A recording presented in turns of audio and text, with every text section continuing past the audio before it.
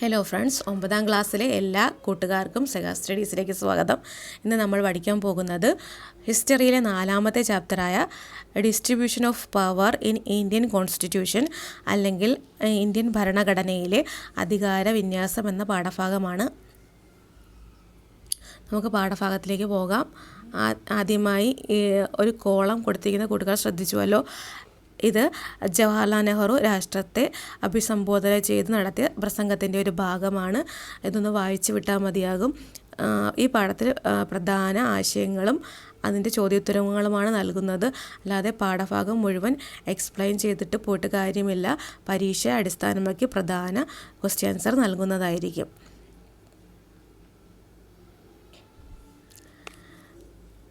ചുമന്ന മഷി വെച്ച് വരച്ചിരിക്കുന്ന കോളം കൂട്ടുകാർ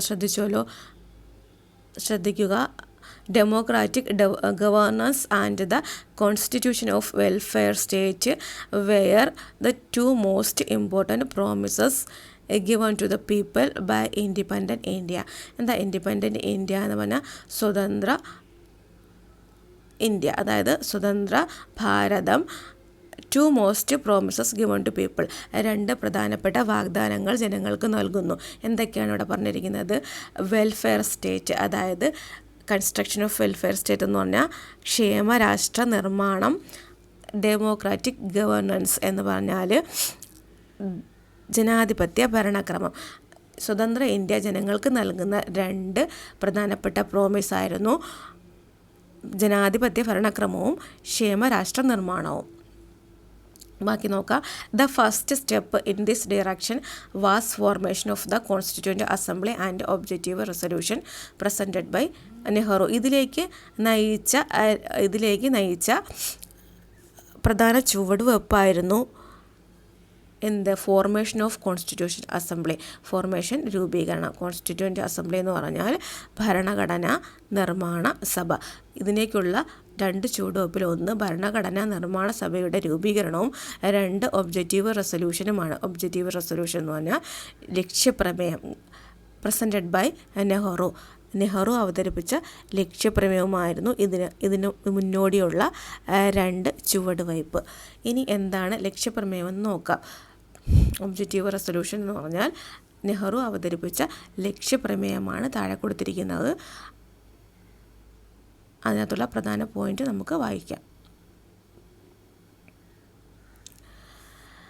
The Constituent Assembly declares the solemn determination to make India an independent sovereign republic and frame a constitution. Constituent Assembly ഭരണഘടനാ നിർമ്മാണ സഭ ഡിക്ലെയർസ് പ്രഖ്യാപിച്ചു. എന്ത് പ്രഖ്യാപിച്ചു? India an independent sovereign republic. India എന്താകുമെന്ന്? ഇന്ത്യ ഒരു സ്വതന്ത്ര പരമാധികാര റിപ്പബ്ലിക് ആകുമെന്നും പിന്നെയോ ഫ്രെയിം എ കോൺസ്റ്റിറ്റ്യൂഷൻ, ഒരു ഭരണഘടന തയ്യാറാക്കുമെന്നും ഡിക്ലെയർ ചെയ്യുന്നു. 2ാമത്തെ പോയിന്റ് നോക്കാം. The independent sovereign India would be a union of former British territories. Independent sovereign India എങ്ങനെയായിരിക്കും? അത് ഫോർമർ ബ്രിട്ടീഷ് ഇന്ത്യൻ ടെറിട്ടറി, മുൻപേ ബ്രിട്ടീഷുകാർ ഭരിച്ചിരുന്നപ്പോഴുണ്ടായിരുന്ന ബ്രിട്ടീഷ് ഇന്ത്യൻ ടെറിട്ടറീസും ഇന്ത്യൻ സ്റ്റേറ്റ്, ഇന്ത്യൻ സംസ്ഥാനങ്ങളും and other part outside British ഇന്ത്യക്ക് പുറത്തുള്ള മറ്റു ഭാഗങ്ങൾ. അതെങ്ങനെയാണ്? ഇന്ത്യയിൽ ചേരാൻ താല്പര്യമുള്ള മറ്റു ഭൂഭാഗങ്ങൾ. ഇതെല്ലാം കൂടെ ചേർന്ന് ബിക്കം എ പാർട്ട് ഓഫ് ഇന്ത്യയുടെ യൂണിയനായി തീരുമെന്നുമാണ്. ഇൻഡിപെൻഡൻറ്റ് സോവറിൻ ഇന്ത്യ ഇങ്ങനെയുള്ളതായിരിക്കുമെന്നായിരുന്നു 2ാമത്തെ ലക്ഷ്യപ്രഖ്യാപനത്തിലെ 2ാമത്തെ പോയിന്റ്.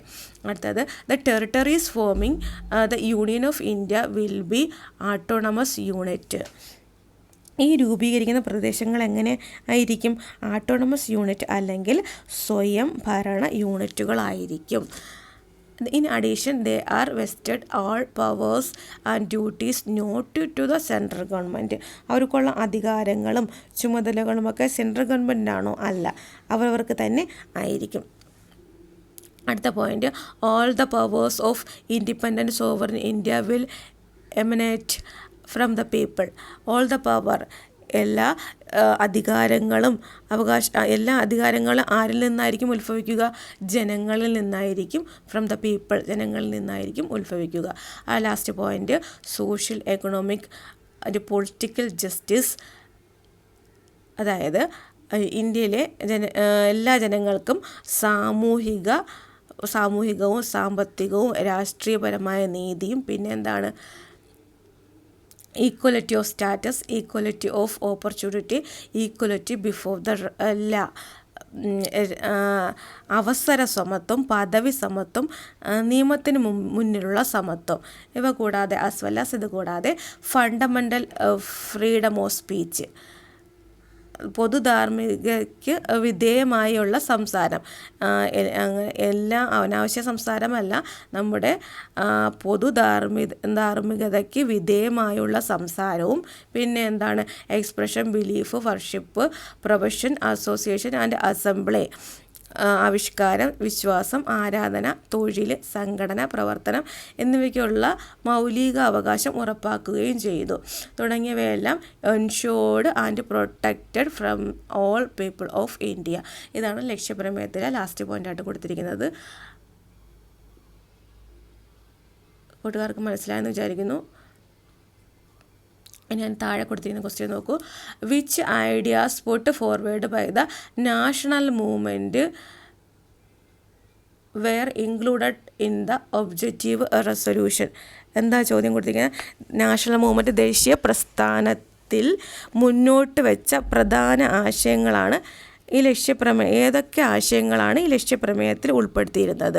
വിച്ച് ഐഡിയാസ്, ഏതൊക്കെ ഐഡിയാസ് ഇവിടെ ദേശീയ പ്രസ്ഥാനത്തിൽ ഉൾപ്പെടുത്തിയ ഏതൊക്കെ ആശയങ്ങളാണ് നെഹ്റു ഒബ്ജക്റ്റീവ് റെസൊല്യൂഷനിൽ ഉൾപ്പെടുത്തിയിരുന്നത്? ഏതൊക്കെയാണ്? ഒന്നാമത് ഇവിടെ കൊടുത്തിട്ടുണ്ട് ഈക്വലിറ്റി ഓഫ് ഓപ്പർച്യൂണിറ്റി. എന്താണ് ഇവിടെ കൊടുത്തിരിക്കുന്നത്? അവസരത്തിനുള്ള സമത്വമാണ് ഒന്നാമത്തെ പോയിൻ്റായിട്ട് കൊടുത്തിരിക്കുന്നത്. ബാക്കി നോക്കാം.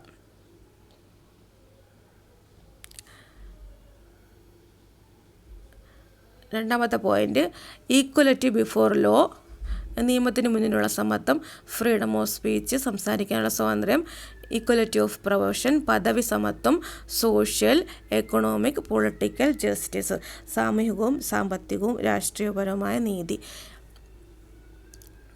ഇതാണ് ലക്ഷ്യപ്രമേയത്തിൽ നമ്മുടെ നാഷണൽ മൂവ്മെൻറ്റിൽ നിന്ന് ലക്ഷ്യപ്രമേയത്തിലേക്ക് കൊണ്ടുവന്ന ആശയങ്ങൾ. ഇനി താഴെ കൊടുത്തിരിക്കുന്നത് ഇന്ത്യൻ കോൺസ്റ്റിറ്റ്യൂഷൻ്റെ പ്രിയാമബിളാണ്, അതായത് ആമുഖമാണ്. കൂട്ടുകാരൊന്ന് വായിച്ചു വെച്ചിരുന്നാൽ മതിയാകും. ഇനി ഫീച്ചേഴ്സ് ഓഫ് കോൺസ്റ്റിറ്റ്യൂഷൻ, അതിന് മുന്നേ ഒരു ക്വസ്റ്റ്യൻ കൊടുത്തിട്ടുണ്ട്, നോക്കുക. ടിക്ക് മാർക്ക് ചെയ്തിരിക്കുന്നത് identify the ideas presented the objective resolution that were included in the preamble of Constitution of India and compare them. Identify ideas in the objective resolution. Objective റെസൊല്യൂഷനിൽ നിന്ന് പ്രിയാമബിളിലേക്ക് ഉൾക്കൊള്ളിച്ചിരിക്കുന്ന എന്തൊക്കെ ആശയങ്ങളുണ്ടെന്നാണ്. അതായത് നെഹ്റു അവതരിപ്പിച്ച ലക്ഷ്യപ്രമേയത്തിലെ ഏതൊക്കെ ആശയങ്ങളാണ് നമ്മുടെ ഭരണഘടനയുടെ ആമുഖത്തിൽ ഉൾപ്പെടുത്തിയിരിക്കുന്നതെന്നാണ് ചോദ്യം. ആൻസർ ഒരെണ്ണം ഇവിടെ കൊടുത്തിട്ടുണ്ട്. Sovereignty of people. എന്താ സോവറിനിറ്റി ഓഫ് പീപ്പിൾ? പരമാധികാരം ജനങ്ങൾക്കല്ലേ. അടുത്ത സെക്കുലാരിസം, എന്താണ്? മതേതരത്വം. അടുത്ത social, economic and political justice, സാമൂഹികവും സാമ്പത്തികവും രാഷ്ട്രീയപരമായ നീതി. അടുത്ത point, freedom of speech, expression, belief and worship. ആശയപ്രകടനത്തിനും ആവിഷ്കാരത്തിനും വിശ്വാസത്തിനും ആരാധനയ്ക്കും ഉള്ള സ്വാതന്ത്ര്യമാണ്. ഇനി അടുത്ത ഫീച്ചേഴ്സ് ഓഫ് കോൺസ്റ്റിറ്റ്യൂഷനാണ്. ഈ ഫീച്ചേഴ്സ് ഓഫ് കോൺസ്റ്റിറ്റ്യൂഷൻ്റെ മെയിൻ പോയിൻ്റ് കൂട്ടുകാർ പഠിച്ചു വയ്ക്കുക. ടിക്ക് മാർക്ക് കൊടുത്തിരിക്കുന്നതാണ് മെയിൻ പോയിൻ്റ്. ഇതെല്ലാം കൂട്ടുകാർ പഠിച്ചു വയ്ക്കുക. എന്താണ് ഒന്നാമത്തെ പോയിൻ്റ്? Largest written constitution. കൂട്ടുകാർക്ക് അറിയാം, ഇന്ത്യയുടെ അതാണ് ഏറ്റവും വലിയ എഴുതപ്പെട്ട ഭരണഘടനയാണ്. പിന്നെ A comprehensive and extensive document containing about 1.5 million words, 1.5 ലക്ഷത്തോളം വാക്കുകളടങ്ങിയ സമഗ്രവും വിപുലവുമായ രേഖയാണിത്. പിന്നെ detailed content considering the diversity and vastness of country. എന്താണ് നമ്മുടെ രാജ്യത്തിൻ്റെ വൈവിധ്യവും വിശാലതയും എല്ലാം പരിഗണിച്ച് വിശാലമായ ഉള്ളടക്കമാണ് ഇതിൽ കൊടുത്തിരിക്കുന്നത്. പാർലമെൻ്ററി ഡെമോക്രസി, പാർലമെൻ്ററി ജനാധിപത്യം. Members of the executive are drawn to legislative and legislative control executive. അപ്പോൾ എന്താണ് ലെജിസ്ലേറ്റീവ്, അതായത് നിയമനിർമ്മാണ സഭയിൽ നിന്നുള്ളവരാണ് എവിടെയുള്ളത്, കാര്യനിർവഹണ വിഭാഗത്തിലുമുള്ള അംഗങ്ങൾ. അവർ തന്നെയാണ് ഇത് കൺട്രോൾ ചെയ്യുന്നത്. അടുത്തത് എന്താണ് റിജിഡ് ആൻഡ് ഫ്ലെക്സിബിൾ സ്ട്രക്ചർ.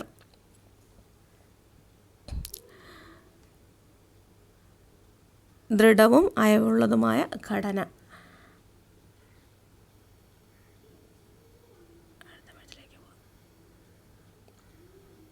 നോക്കാം.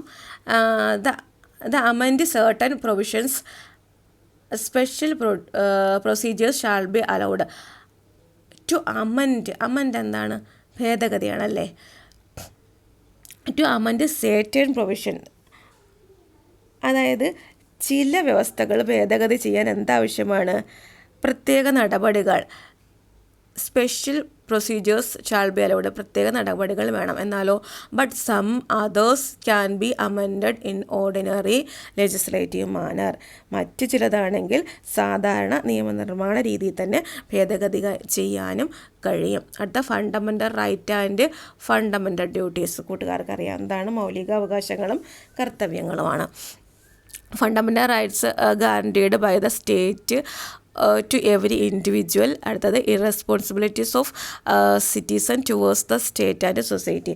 ഇത് നമ്മൾ നേരത്തെ പഠിച്ചിട്ടുള്ളതാണ്. ഓരോ വ്യക്തിക്കും രാഷ്ട്രം നൽകുന്ന അവകാശങ്ങളും പിന്നെയോ പൗരന്മാർ രാജ്യത്തോട് പാലിക്കേണ്ട ഉത്തരവാദിത്തങ്ങളുമാണ് ഫണ്ടമെൻ്റൽ, അതായത് മൗലിക അവകാശങ്ങളിലും കർത്തവ്യങ്ങളിലും പറയുന്നത്. അടുത്ത directive principles of state policy, അതായത് മാർഗനിർദ്ദേശക തത്വങ്ങൾ. Bicameral legislative, federalism with strong central government and independent and impartial judiciary, independent constitution institutions. കൂട്ടുകാരെല്ലാം ഇത് മെയിൻ പോയിൻ്റ് പഠിച്ചിട്ട് ബാക്കിയുള്ളതൊന്ന് വായിച്ചു വെച്ചാൽ മതിയാകും. ഇനി അതിൻ്റെ അവസാനം താഴെ കൊടുത്തിരിക്കുന്ന ഒരു ക്വസ്റ്റ്യൻ ശ്രദ്ധിക്കുക. How many parts and schedules are there in the constitution at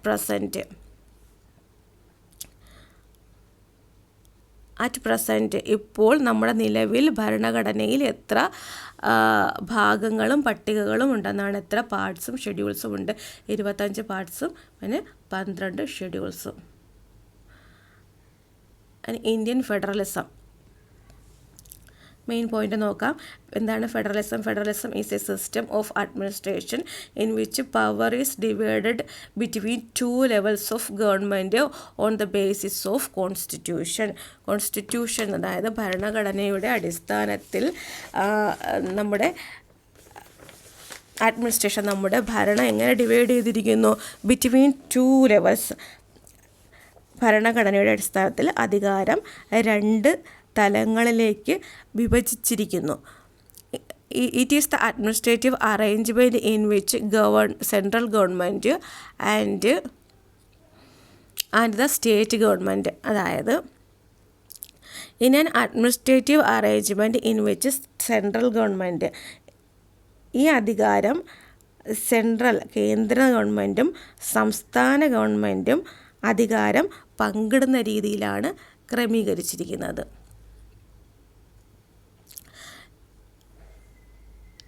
കൂട്ടുകാർക്ക് മനസ്സിലായെന്ന് വിചാരിക്കുന്നു. ഇതിന് മുകളിൽ ഒരു ക്വസ്റ്റ്യനും കൂടി കൊടുത്തിട്ടുണ്ട്, നോക്കാം.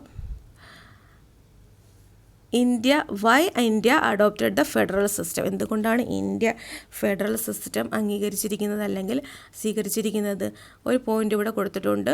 Strengthen democracy through power sharing between central and states. അടുത്ത പോയിൻ്റ് യൂണിറ്റി ഇൻ ഡൈവേഴ്സിറ്റി. നമ്മുടെ വൈവിധ്യവും ഐക്യവും ഒക്കെ പരിപാലിക്കാൻ കൂടിയാണ് ഫെഡറലിസം ഇന്ത്യ അഡോപ്റ്റ് ചെയ്തിരിക്കുന്നത്.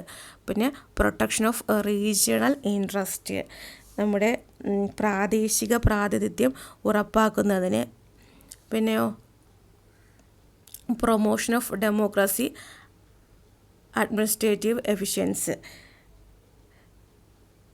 കേന്ദ്ര സർക്കാർ അധികാരം നമ്മുടെ കേന്ദ്രവും ഗവൺമെൻറ്റും അധികാരം പങ്കിടുന്നതിലൂടെ ജനാധിപത്യം ഉറപ്പിക്കുവാനും കൂടിയാണ് നമ്മുടെ ഇന്ത്യ ഫെഡറലിസം സ്വീകരിച്ചിരിക്കുന്നത്. അതായത് ടു സ്ട്രെങ്തൻ ഡെമോക്രസി, നമ്മുടെ ഡെമോക്രസി ജനാധിപത്യം സ്ട്രെങ്തൻ ചെയ്യാൻ through the power sharing between central and state.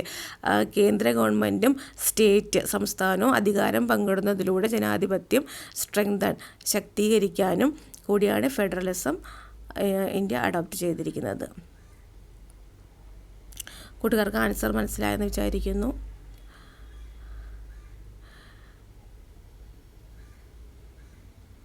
Features of Indian federalism.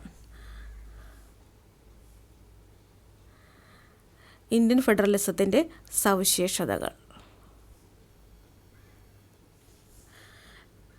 Division of powers between the central and states. Divisions of power, കേന്ദ്ര സംസ്ഥാന അധികാര വിഭജനം. Divisions of power between state and, നമ്മൾ നേരത്തെ പഠിച്ചതാണ്, കേന്ദ്ര ഗവൺമെൻറ് സംസ്ഥാനം അധികാരം പങ്കിട്ടെടുക്കുന്നുണ്ട്. In the division of powers more subject and key powers are with the centre. അധികാര വിഭജനത്തിൽ കൂടുതൽ വിഷയങ്ങളും പ്രധാന അധികാരങ്ങളും കേന്ദ്രത്തിനാണ്. An independent and impartial judiciary. സ്വതന്ത്രവും നിഷ്പക്ഷവുമായ നീതിവ്യവസ്ഥ. പിന്നെയോ ക്വാസി ഫെഡറൽ സിസ്റ്റം, അർദ്ധ ഫെഡറൽ സംവിധാനം.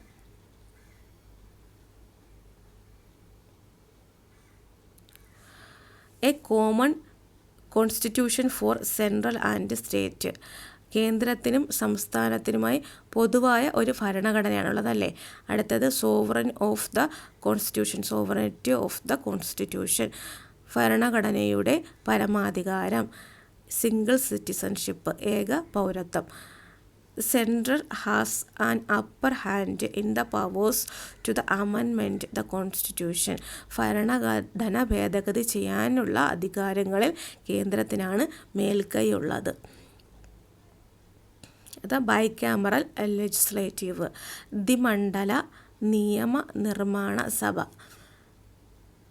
ഇതാണ് ഫീച്ചേഴ്സ് ഓഫ് ഇന്ത്യൻ കോൺസ്റ്റിറ്റ്യൂഷൻ.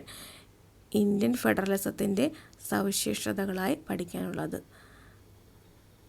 ഇന്നത്തെ പാഠഭാഗം ഇത്രയേ ഉള്ളൂ കൂട്ടുകാരെ. ക്വസ്റ്റ്യൻ ആൻസേഴ്സ് എല്ലാം മനസ്സിലായെന്ന് വിചാരിക്കുന്നു. കൂട്ടുകാരൻ നോട്ട് എഴുതി പഠിക്കുക. Thank you for watching Sega studies.